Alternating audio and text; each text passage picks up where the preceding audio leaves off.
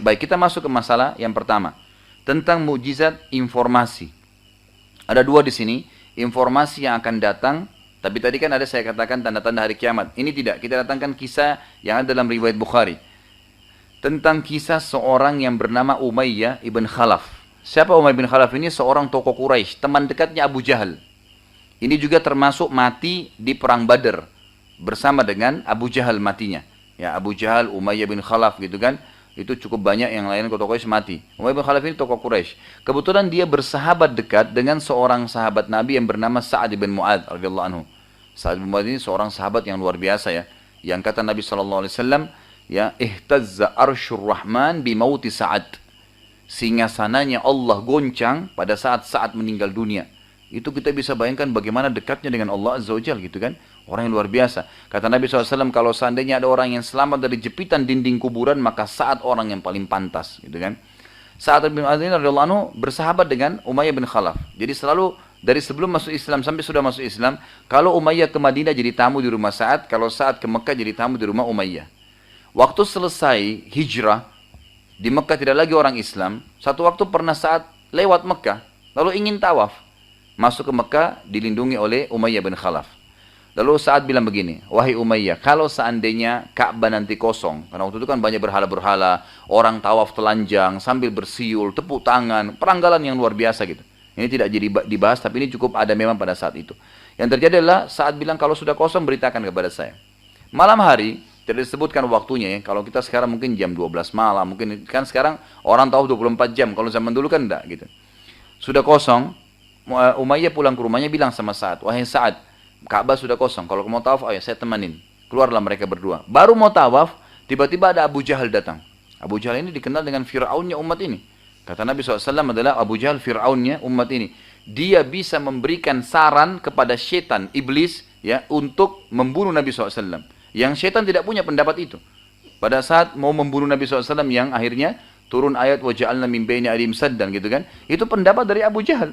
Yang iblis sendiri tidak punya pendapat yang hadir pada saat itu. Gitu kan? Abu Jahal lalu berkata apa? Wahai ya Umayyah, siapa yang sama kamu ini? Kata Umayyah, ini Sa'ad bin Mu'adz. Sa'ad bin Mu'adz terkenal. Ini kepala, Sa'ad bin Mu'adz itu kepala sukunya, suku Khazraj di Madinah. Jadi ada dua suku Arab di Madinah, Khazraj dan Aus. Dua-duanya ini bergabung namanya Ansar, gitu kan? Dua suku Arab dari Madinah, dari Yaman tadinya. Baik. Langsung Abu Jahal tahu, Sa'ad. Langsung dia mengatakan, wahai Sa'ad, begitu berani kau injakkan kakimu di Mekah setelah masa hijrah kalian ke Madinah, maka demi Allah saya tidak akan izinkan kau keluar dari Mekah. Kata Sa'ad, wahai Abu Jahal, kalau kau berani sentuh saya, maka seluruh suku saya akan menyerang Mekah. Ribut dua-duanya. Umayyah bin Khalaf ini bingung. Di sebelah kanannya Sa'ad, sahabatnya, tapi muslim. Di sebelah kirinya Abu Jahal, sahabatnya juga, tapi dari orang kafir. Maka dalam riwayat Bukhari dikatakan tiba-tiba jiwanya cenderung kepada Abu Jahal. Lalu dia mengatakan kepada Sa'ad, wahai Sa'ad, jangan kau angkat suaramu di atas Abu Hakam. Abu Hakam julukan lainnya Abu Jahal gitu kan. Tapi umat Islam Nabi SAW berikan julukan Abu Jahal karena kebodohannya. Sebenarnya dia Abu Hakam. Hakam itu artinya orang bijaksana. Orang Mekah mengatakan Abu Hakam sebenarnya. Jangan kau angkat suaramu dari depannya Abu Hakam. Gitu kan. Karena orang ini, Abu Hakam ini terkenal, ya, dia kan namanya Umar bin Hisham. Abu Jahal namanya Umar bin Hisham. Nabi SAW waktu muslimin lemah di Mekah berdoa, ya Allah berikanlah kekuatan Islam dari salah satu dari dua Umar kan. Umar bin Khattab dan Umar bin Hisham. Karena terkenal Abu Jahal ini sama dengan Umar. Kalau sudah punya tekad perang-perang, dia tidak keluar sampai, dia tidak pulang sampai dia mati atau dia menang gitu loh. Dua-dua punya prinsip. Gitu. Baik. Maka dikatakan jangan kau angkat suaramu di atas Abu Hakam karena dia pemimpin lembah ini, Mekah. Saat merasa tersinggung, dia pimpinan suku, dia tamu. Dia mengatakan, wahai Umayyah, kalau begitu kau tidak bela saya, maka mulai hari ini putus hubungan kita. Dan perlu kamu tahu, hai Umayyah, ini garis bawah, ini informasi mujizat Nabi SAW. Saat mengatakan, dan perlu kau tahu, wahai Umayyah, bahwasanya Nabi Muhammad SAW telah menyampaikan kepada kami, bahwasanya kami akan membunuhmu nanti. Umayyah dengar berita ini, kaget. Tapi anehnya, dia tidak bilang, masa sih, atau enggak mungkin. Enggak. Dia bilang apa? Apakah Muhammad bilang itu? Kata Sa'ad, iya. Ya, dia muslimin akan bunuh dia. Lalu Umayyah tidak ragu lagi langsung dia katakan, di mana Muhammad bilang saya akan dibunuh? Artinya dia sudah yakin dengan berita itu kan. Dia tahu nih Rasul gitu kan. Tapi memang keras kepala nggak mau beriman dasarnya. Lalu yang terjadi, kata Sa'ad, saya tidak tahu. Nggak ada informasi tentang di mana, tapi kau akan pasti kami bunuh. Karena Nabi SAW sudah sampaikan, kalian akan membunuh Umayyah bin Khalaf. Selesai. Artinya dia dipastikan tidak akan beriman sampai meninggal. Itu sudah mujizat dari Nabi SAW. Baik. Akhirnya Umayyah ini meninggalkan Sa'ad dan meninggalkan Abu Jahal. Sampai saat pulang ke Madinah akhirnya, dia pulang. Sambil dia jalan ke rumahnya, dalam riwayat Bukhari dikatakan, beberapa sahabat ada yang mengikuti dia, sambil dia ngomong begini, demi Allah Muhammad gak pernah bohong. Artinya, pasti benar saya akan dibunuh. Dia pulang ke rumahnya, dia bilang sama istrinya, wahai istriku, apakah kau tahu apa yang dikatakan oleh Sa'ad? Kata istrinya, tidak. Sa'ad mengatakan, Muhammad menginformasikan kepada muslimin akan membunuh saya. Kata istrinya apa? Spontan, yang kafir ya, kafirah. Dia mengatakan apa? Muhammad demi Allah gak pernah bohong. Tapi di mana informasinya? Kau akan dibunuh. Kata Umayyah, Sa'ad bilang tidak tahu. Tapi saya janji padamu istriku, saya tidak akan keluar dari Mekah. Baik. 3 bulan kemudian setelah kejadian itu, terjadilah perang Badar. Tahun 2 Hijriah. Kafilah Abu Sufyan diserang oleh Nabi SAW. Berhasil selamat, tapi pasukan Mekah sudah keluar. Ketemulah di Badar kita. Baik, pada saat akan keluar, Abu Jahal ini kan dia kebetulan kafilah yang dibawa oleh Abu Sufyan di perang Badar itu yang diserang, yang tadinya mau diserang itu kafilah terbesarnya orang Quraisy, dan yang paling besar hartanya adalah Abu Jahal dengan Umayyah bin Khalaf ini di kafilah itu. Selamatlah kafilah tersebut, tapi pasukan tetap ketemu. Yang terjadi adalah pada saat itu Abu Jahal memotivasi masyarakat Mekah, ayo kita mau perang, bela kafilah kita. Semuanya siap-siap kecuali Umayyah bin Khalaf. Umayyah bin Khalaf ini kepala suku. Waktu itu di Mekah tidak ada raja ya. Jadi semua kepala suku memimpin. Makanya mereka punya Darun Nadwa, ngumpul kepala-kepala suku gitu. Umayyah bin Khalaf, dia duduk, sukunya semua duduk depan Ka'bah, nggak ada yang ikut perang. Abu Jahal datang mengatakan, wahai Umayyah, kenapa kau nggak bangun? Kafilah kita mau diserang, harta kamu termasuk yang paling banyak. Kata Umayyah, wahai Abu Jahal, wahai Abu Hakam, apa kau sudah lupa apa yang Sa'ad bilang 3 bulan lalu? Saya akan dibunuh oleh muslimin, kan gitu. Dia ingat itu. Ini sekarang mau perang dengan muslimin. Dia takut mati. Dia bilang, apa kau lupa apa yang Sa'ad bilang 3 bulan lalu? Kata Abu Jahal, itu nggak mungkin. Itu bohong. Ayolah keluar. Dia bilang, tidak. Saya demi Allah tidak akan ikut perang. Gitu kan? Abu Jahal ini licik. Dia pulang ke rumahnya. Dia ambil dalam hadis ini dikatakan mabkhara. Itu tempat bakar dupa. Dan ada dupa-dupa waktu itu. Kalau dicium, orang tahu ini adalah perempuan punya. Nggak mungkin laki-laki pakai gitu. Dibakar sama dia, diambil punya istrinya, dibakar, dibawa ke dekatnya Umayyah. Dia bilang, ya Umayyah tatayyab. Wahai Umayyah, pakai ini, minyak wangi. Umayyah bilang, kenapa kau kasih saya? Ini minyak wangi perempuan. Dia bilang, innaka minan nisa.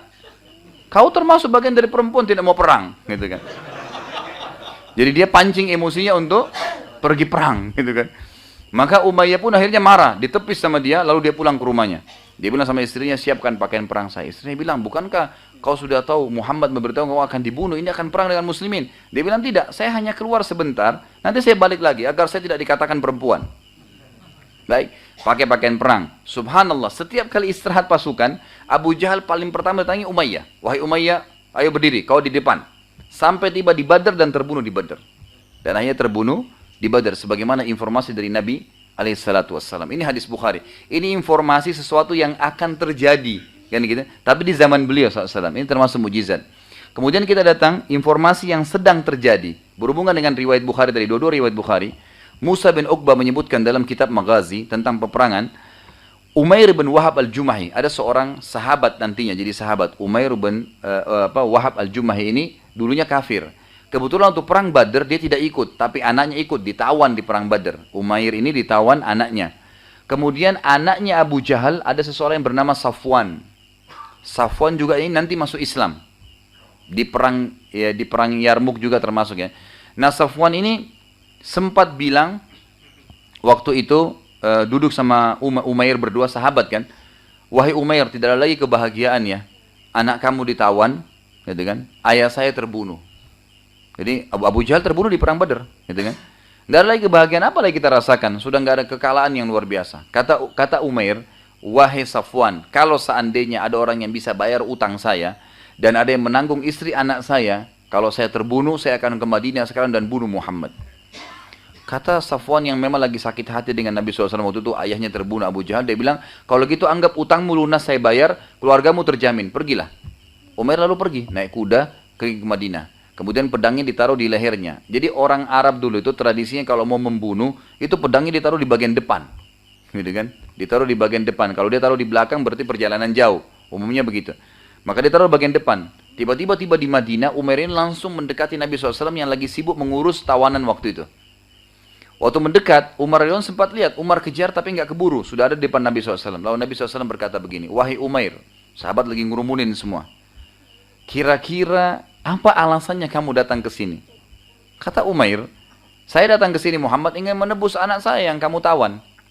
Kata Nabi SAW, wahai Umair, jujurlah, saya akan tanya sekali lagi, kenapa kamu datang ke sini? Dia bilang, saya datang ke sini ya karena merasa prihatin karena pasukan Quraisy kalah di perang Badr. Dia tidak jawab. Nabi SAW jawab yang ketiga kali, wahai Umair, apa alasannya kamu datang? Dia bilang, saya ingin tebus anak saya. Kata Nabi SAW, orang yang mau datang tebus anaknya, yang digantung di lehernya bukan pedang, tapi harta yang akan dibayar. Kau pakai pedang, wahai Umair. Disaksikan oleh semua sahabat, ini saksi bahasannya.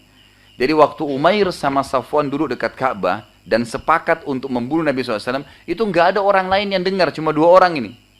Nabi SAW bilang begini, wahai Umair, bagaimana pendapatmu, waktu kamu sedang duduk di depan Ka'bah, berdua dengan Safwan, dan Safwan bilang, tidak ada lagi kebahagiaan ya, setelah ayah saya terbunuh, anak kamu ditawan ya. Jadi perlafatnya Nabi ulangi gitu, apa yang dia bilang. Kemudian Nabi SAW mengatakan, dan kau mengatakan, kalau ada yang membayar utang saya dan menangguh anak istri saya akan membunuh Muhammad. Umar tundukkan kepalanya, angkat kepala langsung syahadat. Asyhadu an la ilaha illallah wa anna Muhammadar Rasulullah. Lalu orang sahabat semua yang lain tanya, kenapa Umar? Dia bilang, demi Allah, waktu saya sedang bicara sama Safwan berapa hari lalu dari Mekah, tidak ada satupun orang yang tahu tentang kasus ini. Dia bisa tahu berarti dia Nabi, nggak mungkin bukan. Hanya masuk Islam gara-gara itu. Safwan ini yang di Mekah, tiap hari nunggu berita nih. Ada berita apa nih? Kan Nabi Muhammad SAW mau dibunuh gitu kan. Setiap datang orang dari Madinah, apa beritanya? Oh, orang Quraisy kalah di perang Badar. Udah, saya sudah tahu. Berita yang lain. Dia mau tunggu Nabi terbunuh gitu. Sampai Umair datang. Umair datang. Wajahnya berubah. Senyum-senyum gitu kan. Dekati dia. Safwan bilang, wahai Umair, ada apa? Wajahmu bukan seperti waktu kau berangkat. Dalam keadaan emosi. Dia mengatakan, wahai Safwan, bertakwalah sama Allah. Asyhadu an la ilaha illallah wa Rasulullah gitu. Jadi akhirnya dia masuk Islam. Safwan tinggalkan dan akhirnya membenci si Umair tadi. Tapi ini diantara kisah bagaimana waktu itu informasi ya yang Nabi SAW sampaikan pada saat itu terjadi. Dan akhirnya membuat orang lain masuk Islam.